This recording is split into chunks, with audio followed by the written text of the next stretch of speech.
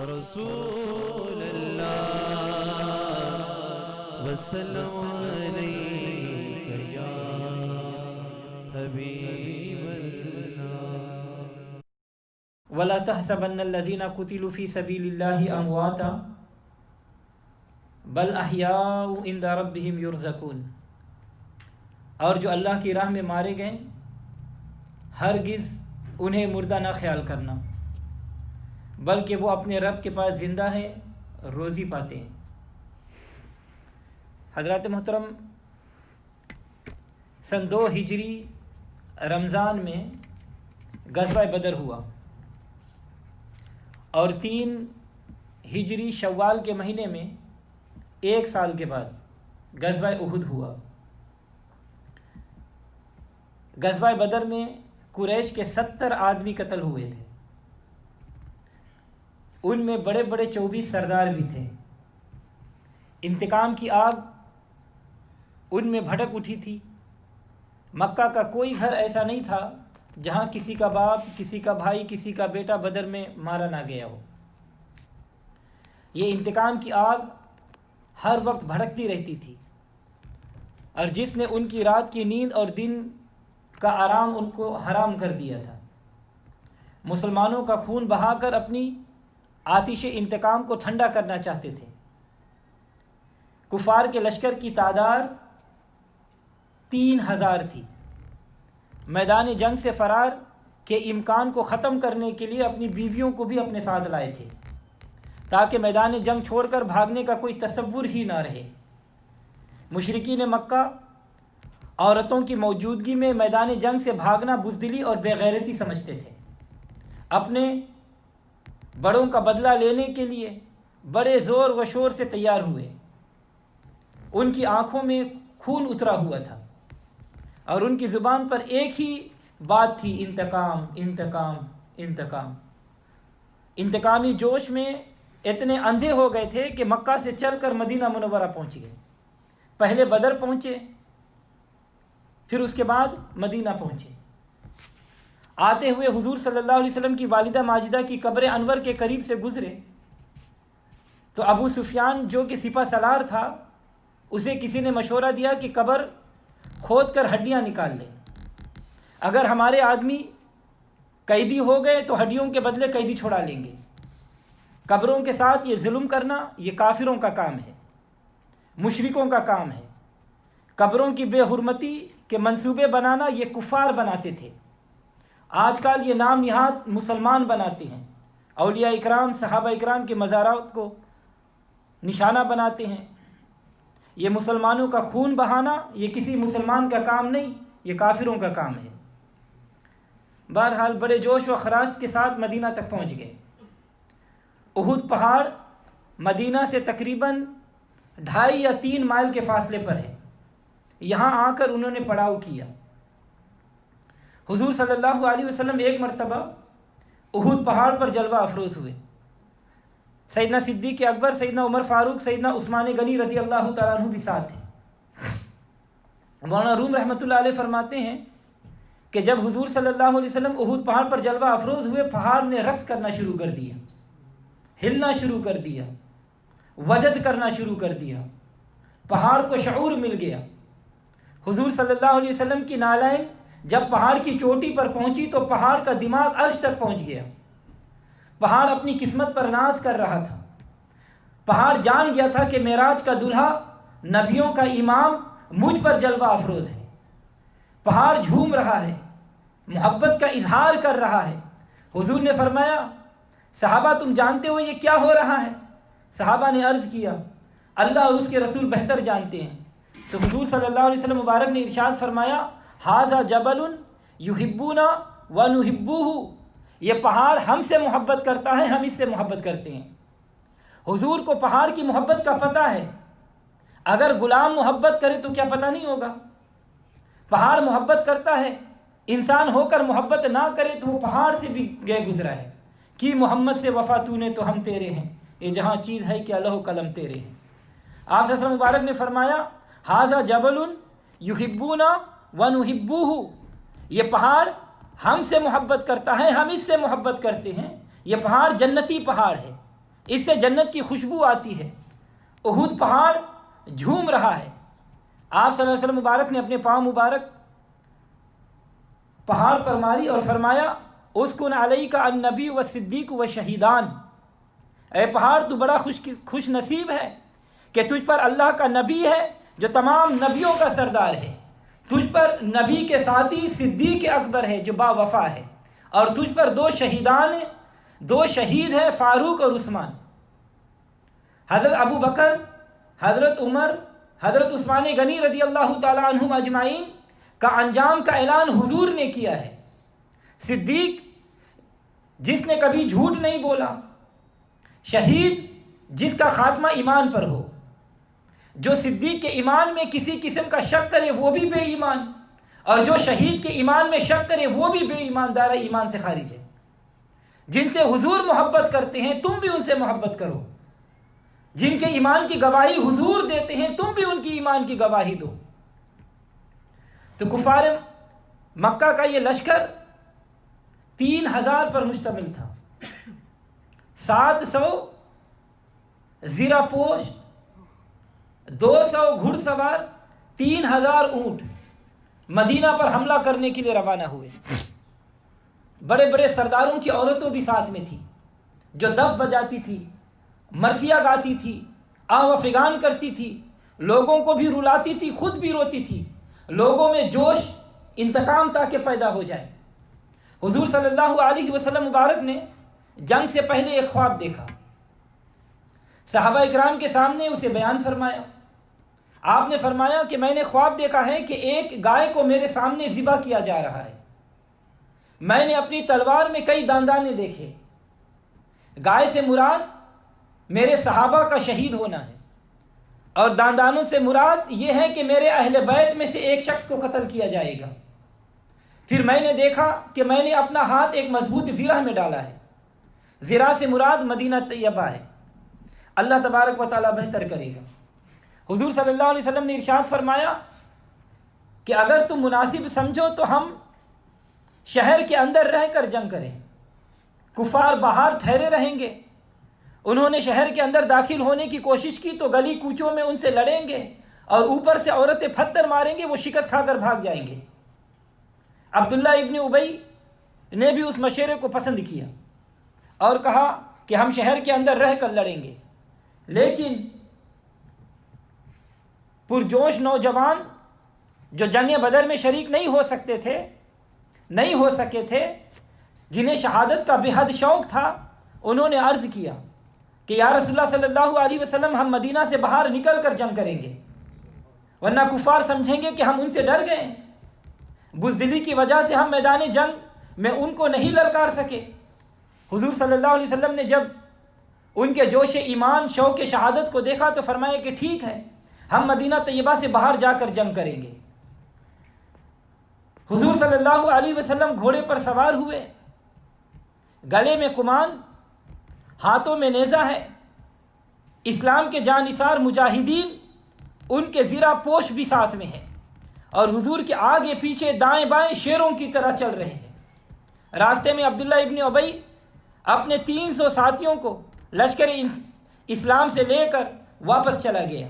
اس نے کہا کہ حضور صلی اللہ علیہ وسلم نے پرجوش نوجوانوں کا کہنا مانا اور میرے مشورے کو مسترد کر دیا، چنانچہ وہ اس نازک موقع پر لشکر اسلام سے کٹ کر واپس چلا گیا۔ رئیس المنافقین کا خیال تھا کہ لشکر اسلام میں پھوٹ پڑ جائے گی، باقی لوگ بھاگ جائیں گے، لیکن شمع رسالت کے پروانے ڈٹے رہے، جانثاری کے جذبے کا اظہار کرتے رہے۔ جنگ سے پہلے حضور صلی اللہ علیہ وسلم نے پرجوش انداز میں خطبہ دیا، صحابہ اکرام کے سینوں میں یقین کی شمع روشن ہو گئی، ہر قسم کے خطرات سے ذہن پاک اور صاف ہو گئے۔ سب سے پہلے یہ حکم دیا کہ جب تک میں حکم نہ دوں کوئی شخص جنگ کا آغاز نہیں کرنا۔ جبل رمات پر حضرت عبداللہ ابن جبیر رضی اللہ تعالیٰ عنہ کی قیادت میں 50 صحابہ اکرام مجاہدین کا ایک دستہ مقرر فرما دیا، سفید وردی پہننے کا حکم دیا تاکہ دور سے ان کی پہچان ہو سکے۔ ان کو تاکیدی حکم دیا کہ اگر گھڑ سوار ہم پر حملہ کرے تو ان پر تیروں کی بوجھاڑ کرنا تاکہ وہ پیچھے سے حملہ نہ کر سکے. ہمیں فتح ہو یا شکست، تم اپنے جگہ پر ڈٹے رہنا. اگر تم دیکھو کہ ہم نے مشرکین کو شکست دے دی ہے تب بھی اپنی جگہ کو نہیں چھوڑنا. اگر تم دیکھو کہ پرندے ہمیں اچک کر لے جا رہے ہیں، دشمن ہمیں تیخ کر رہے ہیں، تب بھی ہماری مدد کے لیے نہیں آنا بلکہ اپنی جگہ ہرگز نہیں چھوڑنا. جب تک میں اپنا پیغام نہ دوں، جب تک اس وقت تک تمہیں ثابت قدم رہنا ہے. ہم غالب رہیں گے. اے اللہ تو گواہ رہنا کہ میں نے انہیں سمجھانے میں اپنا فرض ادا کر دیا. پھر کفار کی طرف سے جنگ کا آغاز ہو گیا. حضور صلی اللہ علیہ وسلم نے اپنی تلوار نکال کر اعلان فرمایا، من یاخذ ھذا السیف بحقہ، کون آدمی ہے جو اس تلوار کو اس شرط پر لے گا کہ وہ اس کا حق ادا کر دے.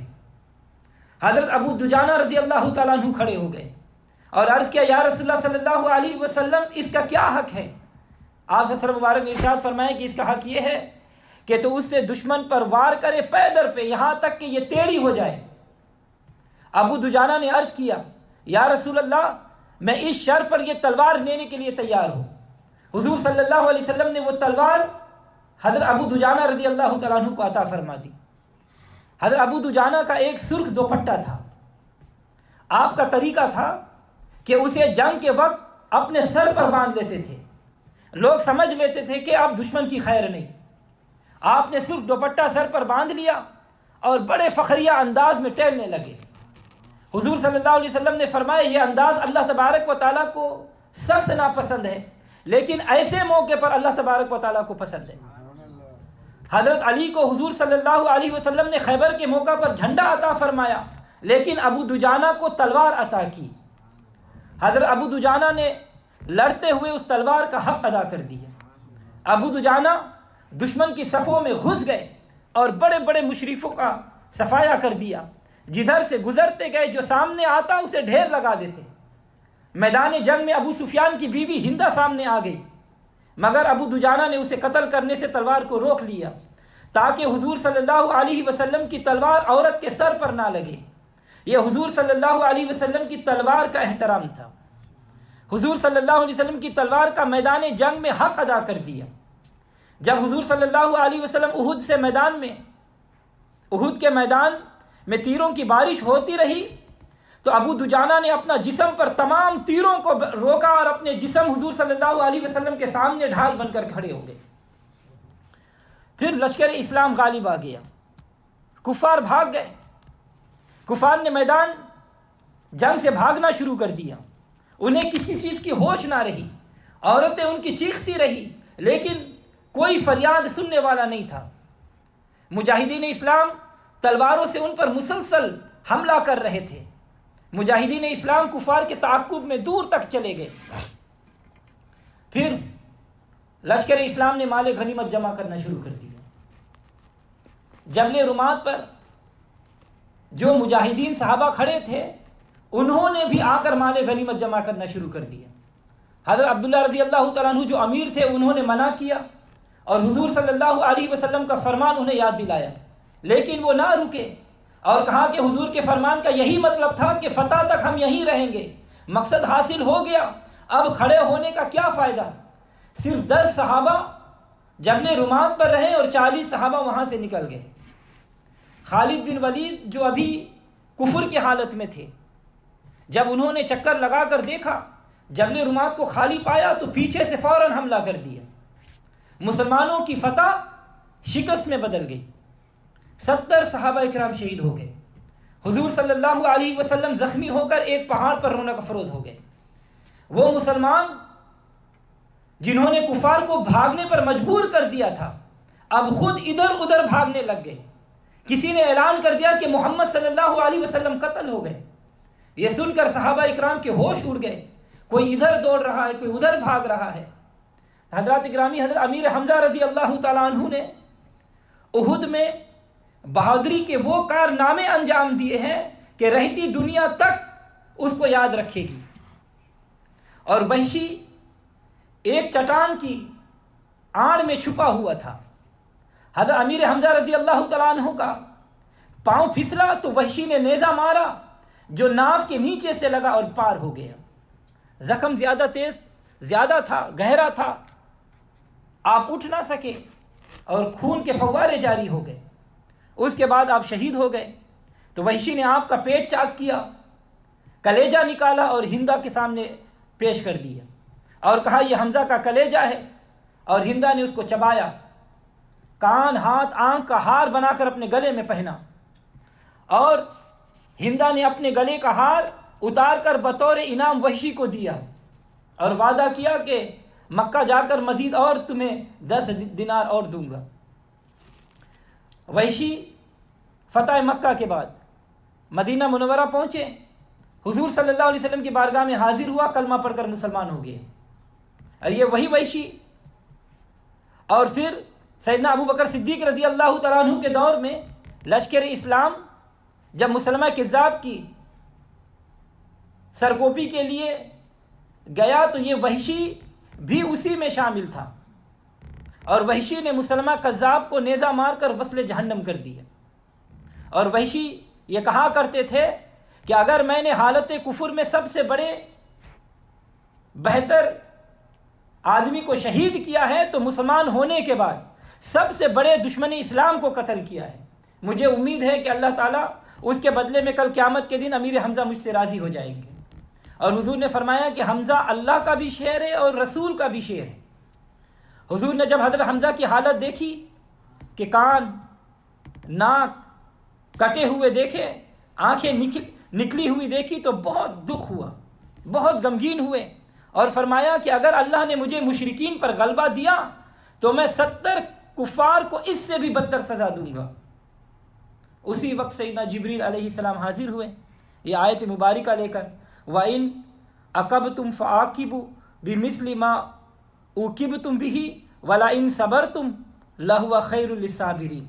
اور اگر تم انہیں سزا دینا چاہو تو انہیں سزا دو، لیکن اس قدر جتنی تکلیف پہنچی گئی ہے، اور اگر تم صبر کرو تو یہ صبر بہتر ہے صبر کرنے والوں کے لیے.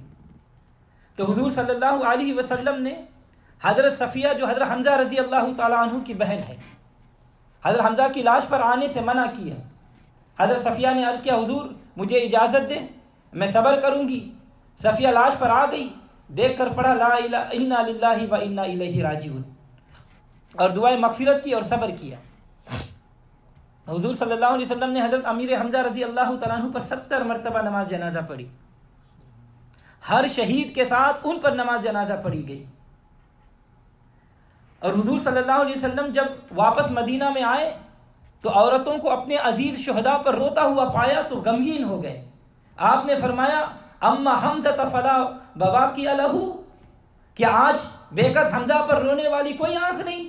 یہ حضور کا فرمان انتہائی صدمے پر دلالت کرتا ہے.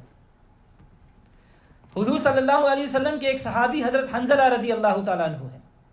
ان کی عمر 18 برس کی ہے، نئی نئی شادی ہوئی ہے. شادی کی پہلی رات تھی، صبح کا وقت، غسل کی حالت ہے.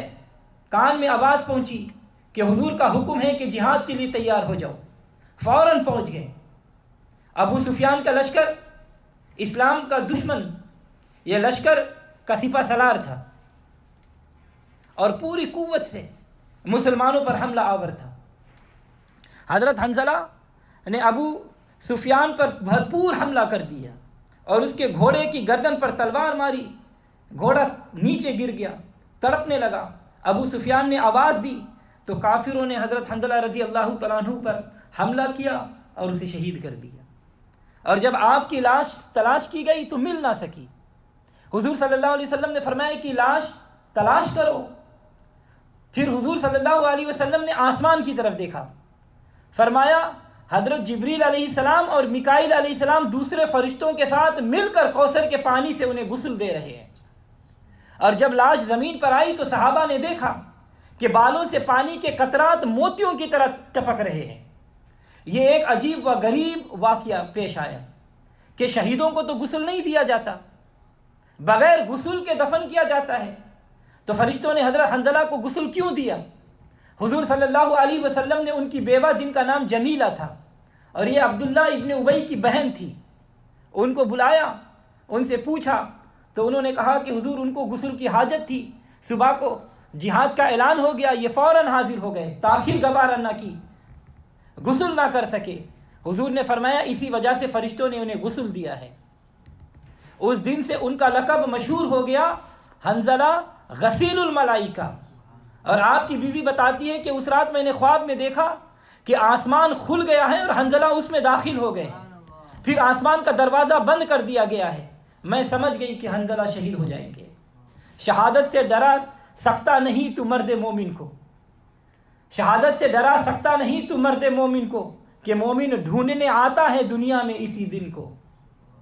اور فرشتوں سے بہتر ہے انسان بننا, فرشتوں سے بہتر ہے انسان بننا, مگر اس میں ہوتی ہے محنت بہت زیادہ. تو حضرات گرامی, مشرکین مکہ نے حضور صلی اللہ علیہ وسلم کو ہر طرف, چاروں طرف سے گھیر لیا, تیروں اور تلواروں کی بارش شروع کر دی, پتھر بھی مارے جا رہے ہیں.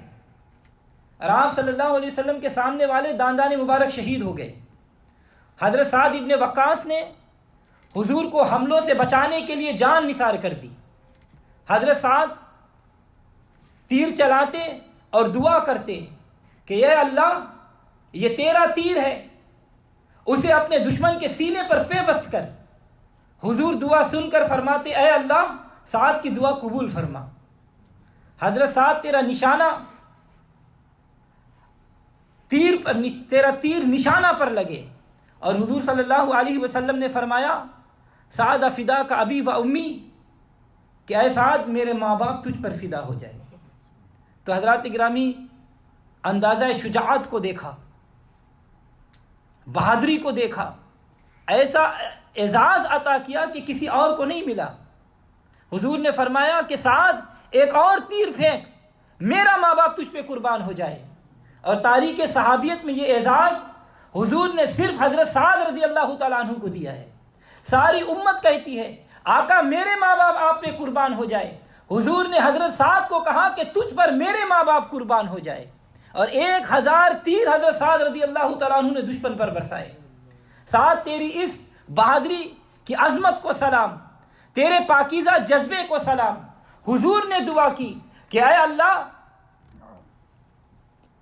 کہ سعد کو مقبول الدعا بنا دے, مستجاب الدعا بنا دے. چنانچہ آپ ایسے مقبول الدعا تھے کہ صحابہ اکرام آپ سے دعا کرانے کے لیے آپ کے پاس آتے تھے. اور اسی جنگ میں ابی بن خلف کافر تھا, اور اس کے پاس ایک قیمتی گھوڑا تھا, اور اس نے قسم کھائی کہ اس گھوڑے پر سوار ہو کر میں محمد کو قتل کروں گا معاذ اللہ. حضور صلی اللہ علیہ وسلم نے سنا تو ارشاد فرمایا کہ انشاءاللہ میں خود اسے قتل کروں گا. جنگ احد میں وہ بھی شریک تھا, اور اپنے گھوڑے کو رقص کراتا ہوا بڑھ رہا تھا. صحابہ اکرام نے آگے بڑھ کر اس کے راستے کو روکا, لیکن حضور صلی اللہ علیہ وسلم نے ارشاد فرمایا کہ میرے غلاموں, اسے چھوڑ دو, اس کو آنے دو, اس کا راستہ نہ روکو, اس کو آنے دو, اس نے مجھے للکارا ہے, میں ہی اس کو قتل کروں گا. اور جب حضور صلی اللہ علیہ وسلم نے اسے دیکھا تو فرمایا کہ اے کذاب, اب کیوں بھاگتا ہے, اب مجھ سے بھاگ کر کدھر جاؤ گے. آپ صلی اللہ علیہ وسلم نے نیزہ لیا اور اس کی گردن پر جبو دیا. جیسے ہی نیزہ اس کو لگا اس کے ہوش اڑ گئے, وہ گھوڑے سے نیچے گر گیا. اس طرح آواز نکالنے لگا جس طرح بیل آواز نکالتا ہے. واپس بھاگا اور اپنے قوم کو کہنے لگا کہ محمد نے مجھے قتل کر دیا. لوگوں نے کہا کہ یہ تو معمولی سی خراش آئی ہے, یہ تو ٹھیک ہو جائے گا. وہ چیخ و پکار کر رہا تھا. اس نے کہا کہ لات و عزا کی قسم, جو چوٹ مجھے لگی ہے, جو درد مجھے ہو رہی ہے, اس کو اور کوئی نہیں سمجھ سکتا. اگر اس درد کو قبیلہ مضر اور ربیہ میں تقسیم کر دیا جائے تو سب ہلاک ہو جائیں گے, سب تباہ ہو جائیں گے. اور پھر وہ زمین پر ایڑیاں رگڑ رگڑ کر وہ ہلاک ہو گیا. تو سب سے بڑا بدبخت وہ ہے جو نبی کو قتل کرے یا جس کو نبی قتل کرے. اور اسی جنگ میں حضرت انس بن نضر رضی اللہ تعالیٰ عنہ لڑتے لڑتے آگے نکل گئے. دیکھا کہ کچھ لوگوں نے ہتھیار پھینک دیے ہیں. انس بن نضر نے پوچھا کہ یہاں تم کیا کر رہے ہو, حضور کا کچھ پتہ نہیں چل رہا. لوگوں نے کہا کہ اب لڑ کر کیا کریں گے کہ جس کے لیے ہم لڑتے تھے وہ ہی نہیں رہے. ہم نے سنا ہے کہ حضور شہید ہو گئے ہیں. انس بن نضر یہ سن کر تڑپ گئے اور فرمایا کہ ہم اس کے بعد زندہ رہ کر کیا کریں گے. یہ کہہ کر وہ لشکار کفر پر حملہ ہوا اور جام شہادت نوش کیا. اور جنگ کے بعد جب ان کی لاش دیکھی گئی تو 80 سے زیادہ تلوار اور نیزوں کے زخم تھے. کوئی شخص پہچان نہیں سکا. پھر اس کی بہن نے انگلی دیکھ کر پہچان لیا. حضرات گرامی، اللہ تبارک و تعالیٰ قرآن پاک میں ارشاد فرماتا ہے وَلَا تَحْسَبَنَّ الَّذِينَ قُتِلُوا فِي سَبِيلِ اللَّهِ أَمْوَاتًا بَلْ أَحْيَاءٌ عِندَ رَبِّهِمْ يُرْزَقُونَ فَرِحِينَ بِمَا آتَاهُمُ اللَّهُ مِنْ فَضْلِهِ وَيَسْتَبْشِرُونَ بِالَّذِينَ لَمْ يَلْحَقُوا بِهِمْ مِنْ خَلْفِهِمْ أَلَّا خَوْفٌ عَلَيْهِمْ وَلَا هُمْ يَحْزَنُونَ يَسْتَبْشِرُونَ بِنِعْمَةٍ مِنَ اللَّهِ وَفَضْلٍ وَأَنَّ اللَّهَ لَا يُضِيعُ أَجْرَ الْمُؤْمِنِينَ. اور جو اللہ کی راہ میں مارے گئے ہرگز انہیں مردہ خیال نہ کرنا، بلکہ وہ اپنے رب کے پاس زندہ ہے، روزی پاتے ہیں، شاد ہیں اس پر جو اللہ نے انہیں اپنے فضل سے دیا، اور وہ خوشیاں منا رہے ہیں اپنے پچھلوں کی جو ابھی ان سے نہ ملے، اور ان پر نہ کچھ اندیشہ ہے اور نہ کچھ غم. خوشیاں مناتے ہیں اللہ کی نعمت اور فضل کی، اور یہ اللہ ضائع نہیں کرتا اجر مسلمانوں کا. تو قرآن کریم کی آیت مبارکہ اس وقت شہدائے احد کے لیے نازل ہوئی، اور اس میں 70 صحابہ اکرام شہید ہوئے، اور ان میں سے 4 صحابہ مہاجرین تھے اور 66 صحابہ انصاری صحابہ تھے. حضور صلی اللہ علیہ وسلم نے فرمایا کہ اللہ تعالیٰ کی طرف سے شہید کے لیے 5 فضیلتیں ہیں. پہلا، جب اس کے خون کا قطرہ زمین پر گرتا ہے تو اس کے سارے گناہ معاف کر دیے جاتے ہیں. اس وقت جنت میں اس کو اپنی جگہ دکھا دی جاتی ہے. اور دوسرا، اسے عذاب قبر سے نجات دی جاتی ہے. تیسرا، روز قیامت کی بڑی گھبراہٹ سے اسے چھٹکارا مل جاتا ہے. اور چوتھا، اس کے سر کا وقار کا تاج انہیں سجایا جاتا ہے، اور اس تاج کا ایک یاقوت دنیا و ما فیہا سے زیادہ قیمتی ہوتا ہے.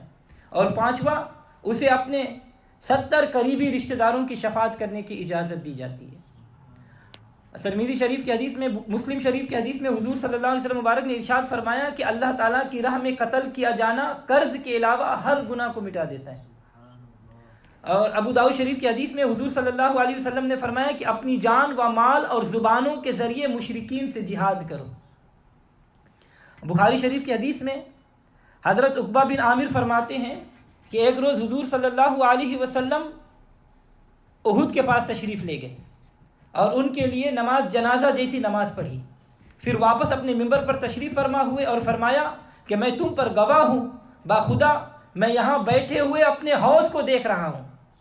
مجھے سارے زمین کے خزانوں کی کنجیاں دے دی گئی ہے. مجھے اس بات کا کوئی اندیشہ نہیں کہ تم میرے بعد شرک کرنے لگ جاؤ، لیکن مجھے یہ خوف ہے کہ تم ایک دوسرے کے ساتھ حسد کرنے لگ جاؤ گے. حضور صلی اللہ علیہ وسلم شہداء احد کے مزارات پر تشریف لے جاتے تھے اور ان کے لیے دعائے مغفرت کی دعا فرماتے تھے. آپ صلی اللہ علیہ وسلم کے بعد خلفائے راشدین کا بھی یہی معمول رہا، صحابہ اکرام تابعین بھی ان کا بھی یہی معمول رہا.